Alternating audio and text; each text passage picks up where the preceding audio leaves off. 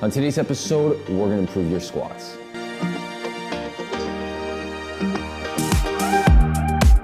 What's going on, guys? Welcome to another Move Better Monday segment. More importantly, Happy New Year to everyone. I hope you guys stayed safe, were rested, and enjoyed the holiday break. Now, before we get into all the details, if you haven't yet subscribed, I would really appreciate if you could hit that subscribe button, hit that bell icon, so you will be notified for my next segment. And it's gonna be really important because these next 4 segments are all gonna be sequential, so it's gonna lead from one to the other, to the other, to the other. In today's episode, I'm gonna go over some of the important details of squatting, and we're gonna go over the basic exercises that are gonna get you ready and prime you for squatting. Now, there has been a lot of controversy and a lot of debate around whether the squat is actually a really good exercise for you or whether it's detrimental.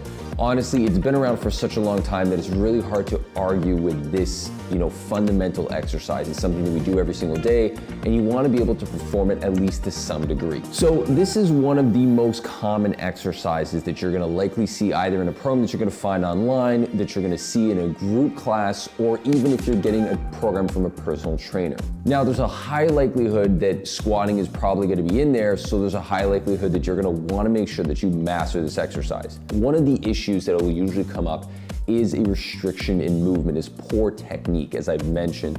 And that's usually what causes people to get injured, which usually increases that likelihood of injury with the squat, which is probably why so many people are kind of like about it anyway. The right muscles are firing, the right results are gonna happen. Now, in today's episode, all you're gonna need is a nice mat, and that's pretty much it. Some open space, a nice mat, and you'll be good to go. So enough talking, let's get right into it. Grab your mat and let's get on the ground. All right, so the exercises today are gonna be split up into 2 components, mobility and then activation. We're gonna start with mobility. So the first exercise is going to be a hip exercise. Now, this is a 90-90.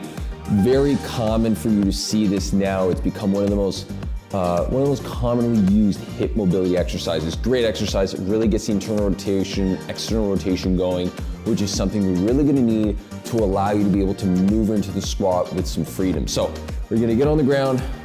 You're gonna get a 90-degree angle in a couple of places here. Front knee and back knee, and the separation between both knees. You're gonna maintain this 90-90 position. What we're gonna do is we're gonna dip over. We're gonna be bending over, folding over, bringing our chest to the shin here, holding that for about 5 to 6 seconds, getting a nice stretch. You'll feel a nice stretch in the glute on this side. Once we're done, we're gonna get up. We're gonna start releasing some of the spine too. So we're gonna rotate away. So if you notice, I rotate away from you. So I'm turning this way, placing both my hands on the ground and getting that good stretch in. Coming back, I'm gonna take my hands off the ground. If you need to at the beginning to kind of give yourself a little bit of balance, you can go for it. But what you wanna do is you wanna get the hips to fire properly to get you to maneuver to the other side. So we're getting a little bit of activation in there as well. So same thing this side, 5 to 6 seconds, hold, and then you're gonna rotate away, getting that nice rotation in the side here. So I'm gonna show you what that looks like from this side here. That rotation, I'm basically trying to keep my spine up as tall as I can, getting a nice rotation. I should feel the stretch right here. And then I'm coming back and I'm gonna rotate back over to the other side. So we're gonna do about 3 per side here. And the reason I want to get that activation and I want the hip to work a bit while I'm in that kind of rotation, when I'm transitioning from one side to the other, is simply because when you do that rotation, get to the other side, activating the muscles that are gonna help bring you from one side to the other are what's gonna allow you to gain more mobility. So mobility itself, and I've mentioned this a couple of times, is the ability to control your body in space. So the better you are at controlling your body in space, the more likely you are to be able to master any type of movement, be able to control yourself in that range, and therefore be able to load your body properly to get the gains that you want. So we're going for a last one here. There we go. A little bit shorter than I might have wanted, but it's okay. We've got the gist of it. The hips should start getting a little bit loose now. So in this case, I am only doing it about 3 times. If you feel like you need to spend a little bit more time with this, by all means, take a little bit more time, go through it a couple more reps. I see people that usually spend about a good 2-3 minutes just working through this one exercise. So once we've done that, second exercise, we're gonna get in all 4 position here. Hands are gonna be just underneath the shoulders. Knees are gonna start underneath the hip. feet are pulled in like this. We're gonna get the toes there. What we're gonna do here is we're actually gonna take our knees, we're gonna send them out just a bit wider. So my knees are just off the mat right now, and if you want more comfort, you can get on the mat, and I'll show you what I'm gonna look like from the front here. So my knees are just out a little bit wider. What I'm gonna be doing is, I'm gonna be just sitting back. And when I sit back, I'm trying to maintain that nice position in my low back. So if you notice, my low back doesn't start just like arching, curling in. I'm trying to maintain this neutral spine as I sit back onto my heel and come forward. Once you notice your back is starting to curl, that's where you stop. So you're trying to maintain that arch, sit back onto your heel, and then come forward. And we're gonna do that about 4 or 5 times here. As we sit, then come forward. What I'm looking for when I sit back, I'm gonna show you this from the heel. You're actually paying attention to see if you do this. If you are rotating in, if your one foot's rotating in and the other is not rotating in, you're gonna wanna hold that out and focus on maintaining this position as you rotate out. That's allowing you to make sure that when you're squatting, it's not relaying that up to your knee, having your knee cave in, which is really coming from the hip, which is really coming from the foot and the hip relationship and how they're talking to each other. So make sure they're in that nice position, keep it out. Third exercise here, we are gonna do a ankle mobility exercise. Why the ankle? The ankle needs to have a decent amount of flexion. You need to be able to bend the knee as much as you can, bend the ankle, as much as you can so that you can gain that range. So you're not limited in range here and then having to go get it up at the knee and at the hip. We wanna make sure we spread that mobility around, get everything included, and make sure everything's kind of working properly. So getting that ankle to kind of gain some mobility is what we're gonna do. You're placing your foot kind of in this hip stretch position. Your foot's right in front of you, and what we're doing is we're gonna drive the knee over and stretch. If you notice from the side here, my knee is clearing my toe. That's a good sign. That means that we've got some mobility, we've got enough mobility. Some of you at home might be noticing you might get stuck there. A lot of that comes down to the shoes and this type of footwear we're wearing, maybe an injury that might be happening, maybe there's some tension in the calf. Whatever it is, this is something you wanna work on. So you wanna basically drive the knee forward, try to create that range. You'll start feeling some stretching, usually in the lower calf right here. And then come back, and we're gonna stretch again. So we're gonna go 3, 5 seconds, 4, 5-second stretches, and then go for the last one here, driving through and holding it. If you're struggling with this, I'm gonna post the link up above to a foot care, ankle care program or routine that you can do that's gonna kind of help clean up that a little bit better if that's something you're struggling with. I'm gonna switch sides here, grab the other foot, drive the knee forward. Again, same thing, we're driving forward, stretching, 4 to 5 seconds, come back, stretch. Now, this is a pretty broad routine that I'm gonna be showing you. There are gonna be some people that will struggle with certain aspects of it, certain details of it, but a lot of what I've done, this is basically compiling of some of the exercises, last one here, some of the exercises I've used with a lot of my clients, a lot of my athletes, when they struggled with it. This is the kind of program, these are the major exercises I've used to help them improve their squats. So, we're done with the mobility. Let's get into the activation.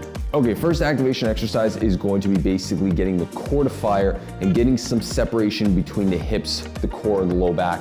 We wanna make sure that when our foot moves and when our leg drops, our core is able to stabilize so the low back doesn't have to move to make up for it. So you're gonna lie on your back, hands are going beside you, head's rested on the mat, and all you're gonna do is if you start off, okay, you can start off like this, we can make it a little bit harder, I'm gonna show you a progression. What we're gonna do is you're gonna drop, tap your heel, bring it back up, switch, tap the other heel, bring it back up. So it's just a simple leg drop. What I'm focusing on is maintaining a nice core contraction here, making sure that the low back isn't arching. I'm not pressing my low back into the ground, so I'm maintaining a nice neutral spine, similar to what we had when we were doing the heel sit in the mobility portion. you wanna make sure that you maintain that same pattern. So here, dropping, tapping my heels. So I've done about 4 now, 5, we're going for 10.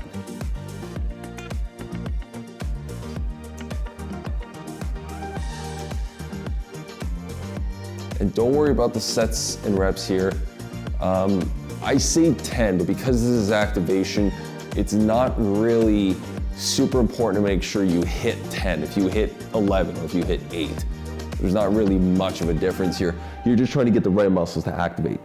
Second exercise, what we're gonna do, feet are at a 90-degree angle, okay? Hands are being placed into the ground. Really important here is to make sure that the foot stays completely flat on the ground. You don't want the heel, you don't want the toes to lift up. You don't want to be pushing from your toes. You want to make sure that you're pushing from your entire foot evenly. So you want your foot flat on the ground. The other thing you want to make sure is that you're not pushing from the outside to the inside of your foot. It's really coming from a nice even distribution. The entire foot you want pushing into the ground. What we're going to do, brace the core, lock in the core, keep that spine nice and neutral. From here, pressing and lifting up my butt. I'm gonna hold my hips up in the air, okay? Holding this position for 10 seconds, making sure the butt is firing, making sure that I'm feeling it in the hamstrings. From here, I'm holding it for 10 seconds. I'm gonna drop, and then we're gonna go for 10 regular reps here. So we're going 1, 2, and the reason I want to make sure that I hold it up at the top is to make sure that I'm feeling that pressure coming through all the foot. Making sure that I'm getting the hips to work. I'm activating the hamstrings. I'm making sure that the right muscles that are supposed to be firing are firing and nothing else. I really don't want my back to be firing in this case. I don't want anything else to be working. The only things I want, glutes, hamstrings, and that's it. So I've done my last one here. All right, we're gonna flip over. We're gonna get back down to the all 4 position, so crawling position. So what we're gonna do, instead of the heel sit, what we're gonna do is we're gonna maintain that same position without the knees being wide. We're gonna bring the knees in just a bit. From here, all we're doing is maintain that neutral spine. I'm pushing my shoulders away, lining up my head, the whole back, and my low back all together. From here, I'm lifting up my knees, just about an inch off the ground. I don't want it to come all the way up here. I want it to come just off the ground.